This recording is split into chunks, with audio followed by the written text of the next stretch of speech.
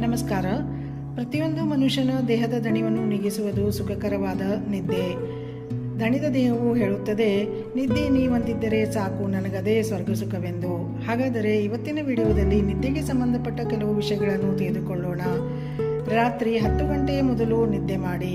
10 ಗಂಟೆಯ ನಂತರ ಪಿತ್ತಜಕಾಲ ಶುರುವಾಗುವುದರಿಂದ ನಿದ್ದೆ ಬರಲು ಸಮಸ್ಯೆಯಾಗಬಹುದು. ಬೆಳಿಗ್ಗೆ ಸುರಿಯುವುದಕ್ಕಿಂತ ಮುಂಚೆ ಎದ್ದೇಳಿ.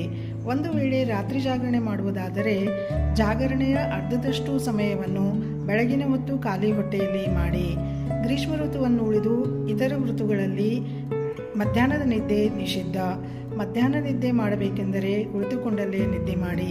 ಮಕ್ಕಳು, ವೃದ್ಧರು ಹಾಗೂ ರೋಗಸ್ಥರು ಮತ್ತು ಆಯಾಸವಾದಂಥವರು ಮಧ್ಯಾಹ್ನದ ಹೊತ್ತು ಕೇವಲ 28 ನಿಮಿಷಗಳು ಮಾತ್ರ ನಿದ್ದೆ ಮಾಡಬಹುದು. ನಿದ್ದೆಯ ಈ ನಿಯಮಗಳನ್ನು ಪಾಲಿಸಿ ಮತ್ತು ಆರೋಗ್ಯವನ್ನು ವೃದ್ಧಿಸಿಕೊಳ್ಳಿ.